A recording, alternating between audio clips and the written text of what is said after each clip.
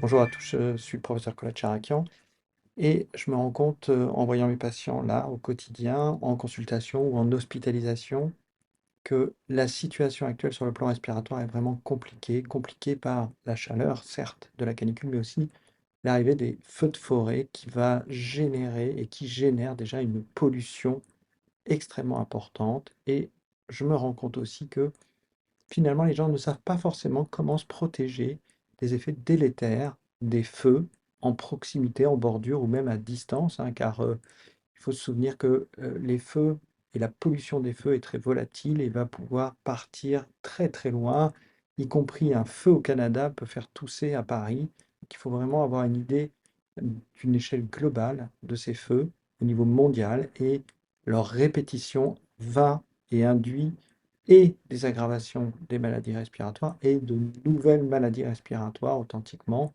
par leur répétition. Maintenant, comment on peut faire pour s'en protéger de façon pragmatique? Eh bien, il faut retenir globalement le terme FFP2. Pourquoi FFP2? Ben, on va voir que c'est l'acronyme de fermer, filtrer et P au carré parce que pas de pollution. Pourquoi? Pas de pollution ajoutée à la pollution, pas polluer son intérieur. On va voir que nous sommes les principaux pollueurs de l'intérieur. Juste un chiffre qui suffit, je pense, à bien poser la situation. Les pics de particules, de PM2,5 en particulier, peuvent monter assez facilement à 1000 microgrammes par mètre cube quand l'OMS demande, pour que la santé respiratoire soit relativement préservée, de ne pas dépasser 15 microgrammes par mètre cube. Donc vous voyez qu'on est immédiatement dans des chiffres impressionnants de pollution respiratoire. Comment s'en préserver? Il est vrai que le premier conseil qu'on donne, c'est fermer. Alors, c'est vraiment l'opposé des conseils que donnent les pneumologues habituellement, qui est ouvrez, parce qu'on dit toujours la pollution intérieure est supérieure à la pollution extérieure. Il faut ouvrir les fenêtres pour ventiler et permettre finalement à la pollution intérieure de sortir. Dans les pics de pollution, on dit toujours d'ouvrir, mais plutôt le matin et le soir, là où la pollution est moindre.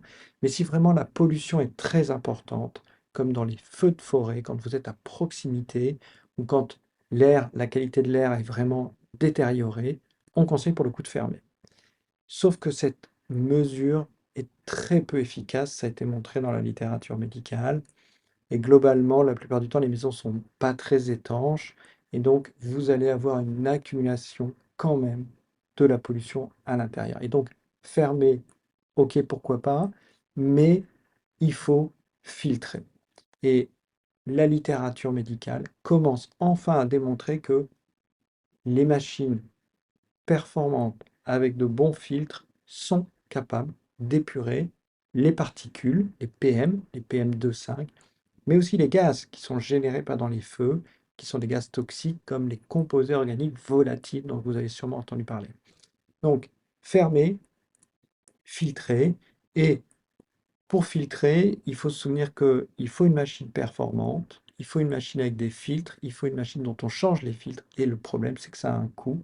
Donc, c'est une des problématiques, l'accès à des machines performantes, pas chères, ou le moins cher possible pour pouvoir permettre de finalement offrir cette filtration à la plus grande partie de la population, en sachant que l'effet est démontré surtout pour les gens qui ont une maladie respiratoire préalable, l'asthme ou la BPCO, mais ça fait déjà 8 millions de personnes en France qui peuvent avoir un bénéfice à la filtration de l'air intérieur. Et l'idée, c'est de dire qu'on fait une pièce safe, une pièce où l'air est le plus pur, et donc faire filtrer au maximum l'air dans cette zone pour pouvoir y rester dans la journée, et puis idéalement filtrer aussi la pièce de sommeil, puisque c'est là où on va passer 8 heures. Ça fonctionne, ça a un coût, c'est une problématique. Le masque chirurgical est à bannir, il ne vous protégera pas des complications liées au feu. En revanche, le masque FFP2 peut, s'il est bien positionné, protéger, surtout si vous êtes dans une vraie zone enfumée, si vous avez des personnes à risque, enfants, femmes enceintes, sujets âgés, personne ayant déjà une maladie respiratoire, ça peut vous permettre de passer dans une zone à haut risque. Ça filtre les particules, ça ne filtre pas les gaz.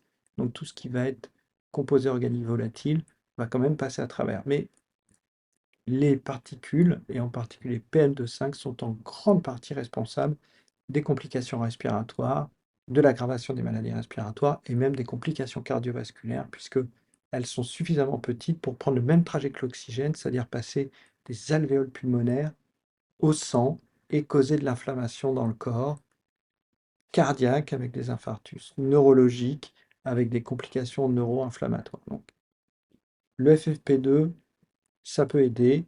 La filtration HEPA à l'intérieur pour faire une zone de sécurité avec un air de meilleure qualité, c'est important.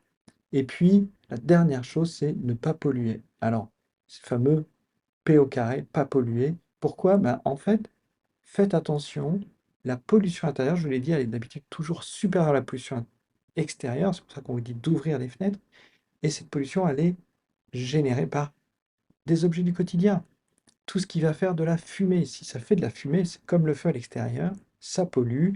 La bougie parfumée, eh ben, elle va faire du relargage de composés organiques volatiles, les odeurs, les parfums, et puis bah, de la particule, parce que vous avez bien vu qu'il y a de la suie, il y a forcément des choses qui sont mises en suspension, et donc les bougies parfumées, l'encens extrêmement dangereux, bref, tout ce qui va faire de la combustion.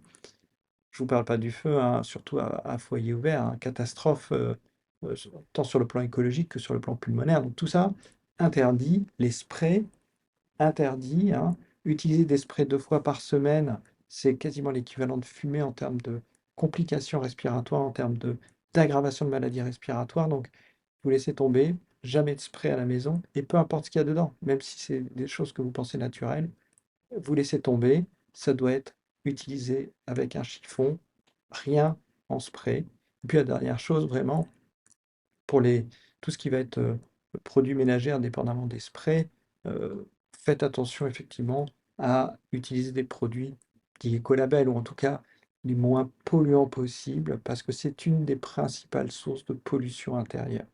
Si vous fermez, si vous filtrez et si vous n'ajoutez pas de pollution à la pollution, vous aurez l'air le moins pollué possible. Je ne peux pas dire ça aujourd'hui, mais en tout cas l'air le moins pollué possible dans votre intérieur, et vous limiterez l'aggravation des maladies respiratoires et leur genèse pour nos enfants les plus jeunes qui sont en train de développer leurs poumons. Voilà, c'était les conseils à garder en tête dans ces périodes où on est exposé à une intensité quand même rarement euh, obtenue, connue de toxiques sur le plan respiratoire.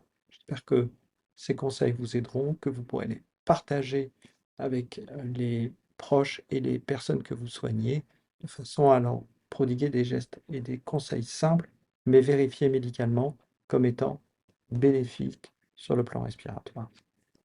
Merci.